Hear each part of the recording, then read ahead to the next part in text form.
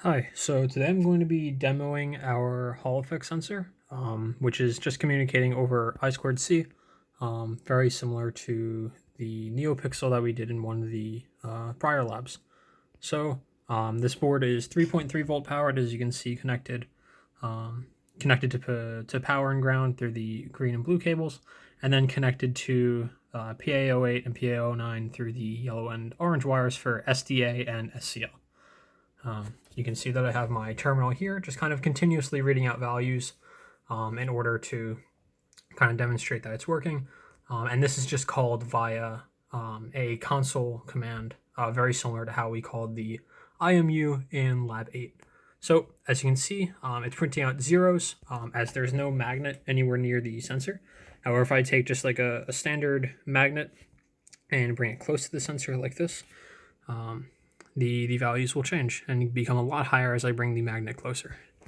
I can zoom out a little bit to show that. So if I bring the magnet really close, values get higher, and if I take the magnet far away, values drop to almost zero. Then if I bring it back, the values go back up again. So showing how the actual code works, you can open up Atmel Studio, and all of the code needed to run it is contained in this magnet driver folder with magnet.h and magnet.c.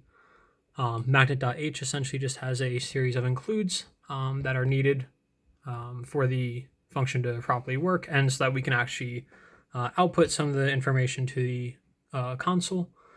And we only have this one function, read magnet, that we need to actually get the data. So looking at that function in here, we have our includes again up at the very top, including the CLI, Seesaw, standard libraries, essentially because we're doing all of the I squared C communication, just like we did in Lab 8.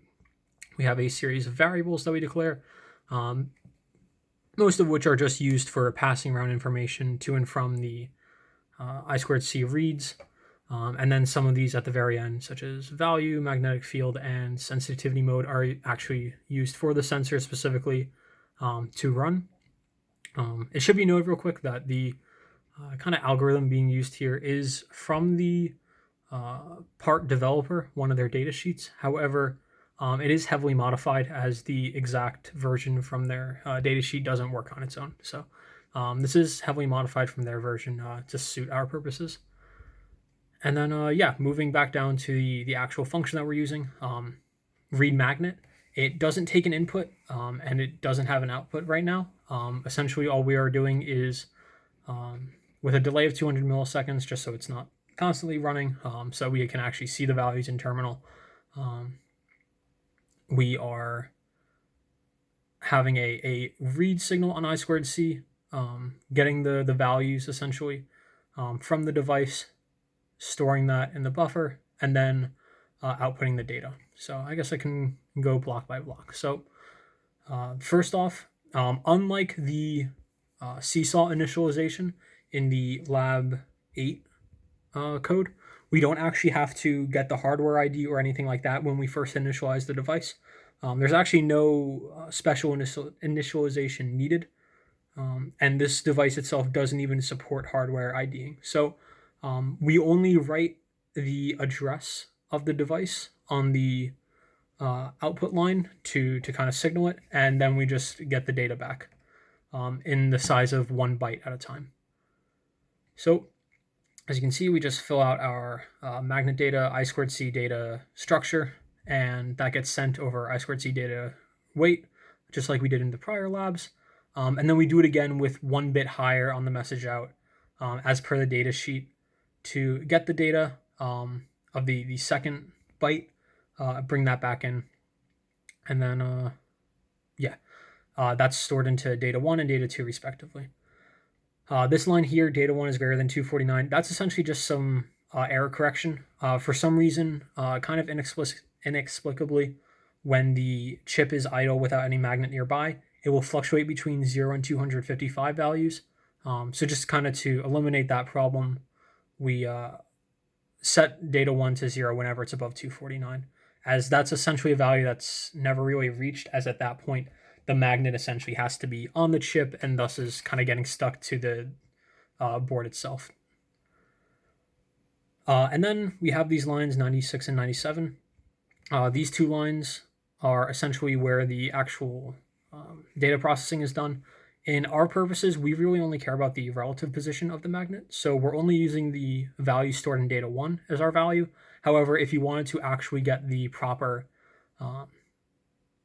magnet value in MT, you would use the top line that is currently commented, where you use both the most significant and least significant bytes with the left shift 8 function there.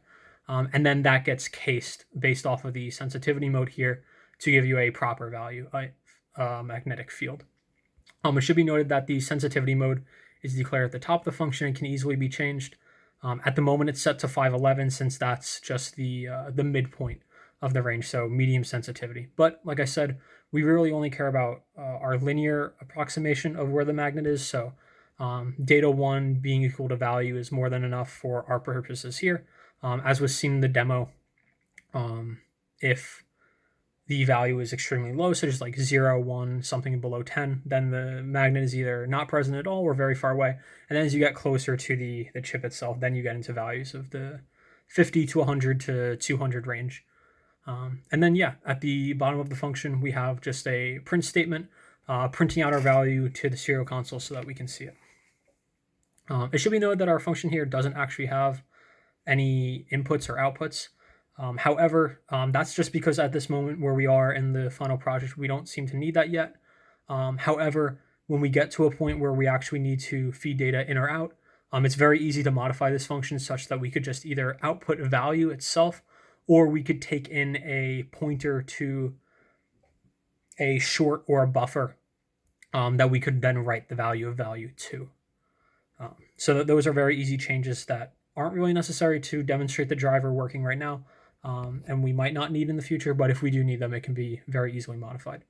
And then the last thing I'd like to demonstrate just to show how it works is I will restart the program.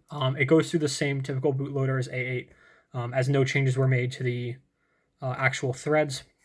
But if I call the IMU command, which we modified to just run this read magnet code continuously, then you'll see that the values pop up again. And just to demonstrate one more time, I'll take the magnet and put it close to the chip. And we can see that the values increase as I bring the magnet closer. And that completes the demonstration of our driver. Thank you.